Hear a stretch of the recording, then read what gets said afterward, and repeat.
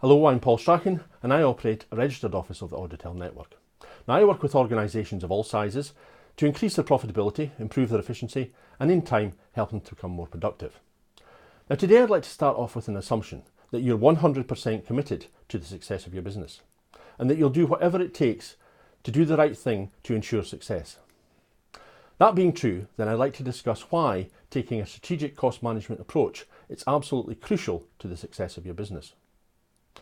Now, some years ago, I worked with a hotel owner, and the service and standards on offer at the hotel were second to none. Gordon pushed the boat out every time to ensure that his customer experience truly was a home from home, and they loved him for it. Customer satisfaction was high, and there was a real positivity about the reputation, and rightly so. But when it came to his business and affording the same eye to detail, there was a very different picture emerged. Now, to give Gordon his credit, he knew that to increase profitability, he needed to reduce everyday costs, but he didn't want a strategy to get in the way of efficiency or to jeopardise the smooth running of his ship.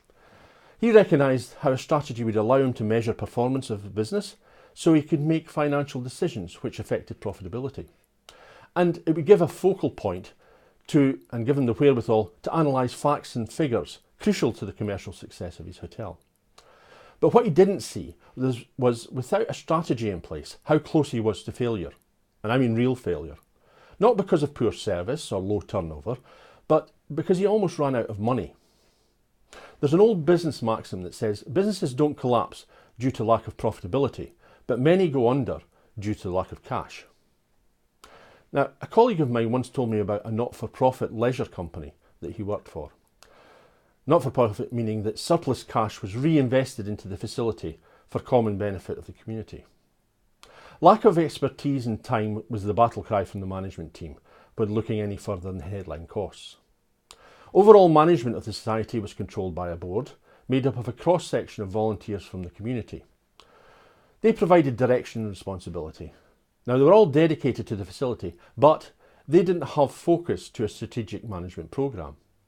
So the management and board were missing the vital advisory role that a strategy provides in representing their financial position. They didn't know how resources were used. They couldn't maximise those resources effectively for the greatest return.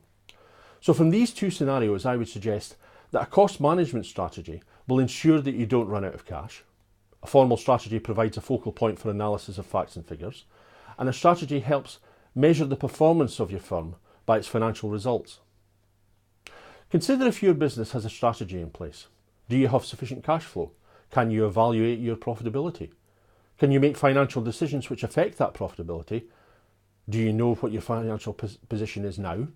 And are you getting the proper return on investment for your resources? If you can answer yes to all of these, then great. It sounds like your business is really on track for great success. But answer no to any of these, then you need to implement a cost management strategy today.